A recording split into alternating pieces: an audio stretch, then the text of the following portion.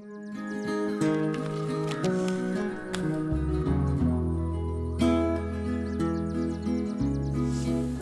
name is Jake Andersen. I am the CEO and Fire Chief of the Aspen Fire Protection District. My first experience with highly successful mitigation was in Mesa Verde National Park, and I believe the summer was 2003 actually, but we could check that. Mesa Verde National Park, it's called green table, right? And it's basically because it's continuous canopy, pinyon and juniper for miles in any direction.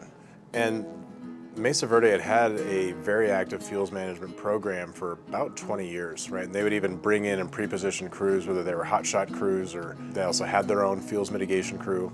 And they would mitigate the fuels in and around the developed areas, in and around the ruins and some of the sites out there that had really substantial cultural value, right, and were truly irreplaceable. They would take that continuous canopy and reduce it to at least 20-foot crown spacing within 100 to 200 feet of the developed areas or a cultural site that they were working to protect. When the Long Mesa Fire started and began to push down toward the developed areas, 100 to 200 foot wall of flames, wind driven, right at the places that we were working to protect. Because the treatment had already occurred, we could actually stay there and fight that fire. Otherwise, it was not a safe place for anyone to be. But we were able to stay and fight that fire, and as the wall of flames marched up toward us in the developed area, the second it hit those crown spacing areas, it dropped to the ground.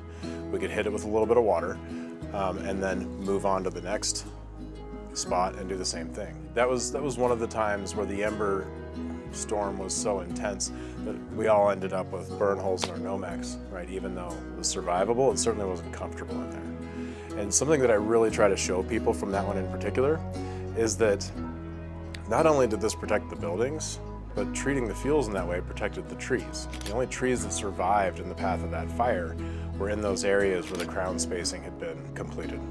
It was pretty amazing. And earlier that summer as well was the fire management officer took a bunch of people in the park out and said, "Where do you want our firefighters to go if we have a wildfire here?"